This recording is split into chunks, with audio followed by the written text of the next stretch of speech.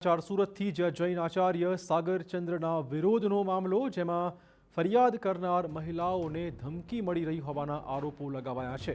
આચાર્યના સમર્થકો દ્વારા ધમકી અપાતી હોવાનો મહિલાઓનો આરોપ છે। સોશિયલ મીડિયા પર તેમજ ટેલિફોનિક ધમકીના ઉઠ્યા છે આક્ષેપો। મહિલાઓના નામે સોશિયલ મીડિયામાં મેસેજ વાયરલ થઈ રહ્યા છે। મહિલાઓના સગા સંબંધીઓને પણ ઉશ્કેરવામાં આવતા હોવાનો આક્ષેપ છે। સમગ્ર મામલે સુરત પોલીસ કમિશનરને મહિલાઓ દ્વારા રજૂઆત કરાઈ છે। ધમકી આપનાર સામે કડક કાર્યવાહીની તેમણે માંગણી કરી છે।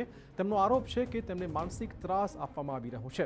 એટલું જ નહીં, તેમના સગા સંબંધીઓને પણ ઉશ્કેરીને આડકતરી રીતે ફોન કરાવાઈ રહ્યા છે અને તેમને હેરાન પરેશાન કરાઈ રહ્યા છે।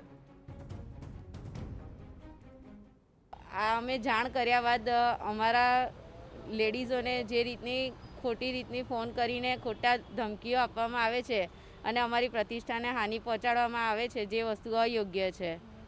અમે સાચા હોવા છતાં પણ અમને આ રીતે ધમકી આપવામાં આવે એ અયોગ્ય છે અને જે વ્યક્તિ ખોટું છે અને એને સાચા ઠરાવવામાં આવે તે ક્યાંનો ન્યાય છે। અમારે બીજું કંઈ નથી જોઈતું, બસ જે માણસ વ્યક્તિ ખોટું છે તો એ વ્યક્તિને સંસારમાં પાછો લઈ લો, બસ એ જ માંગ છે અમારી।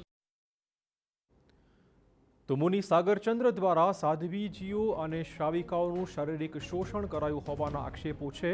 આ કૃત્ય છેલ્લા અનેક વર્ષોથી ચાલતું હોવા છતાં સંઘના ટ્રસ્ટીઓ દ્વારા કોઈ નક્કર પગલાં ન લેવાયાના પણ આક્ષેપો છે।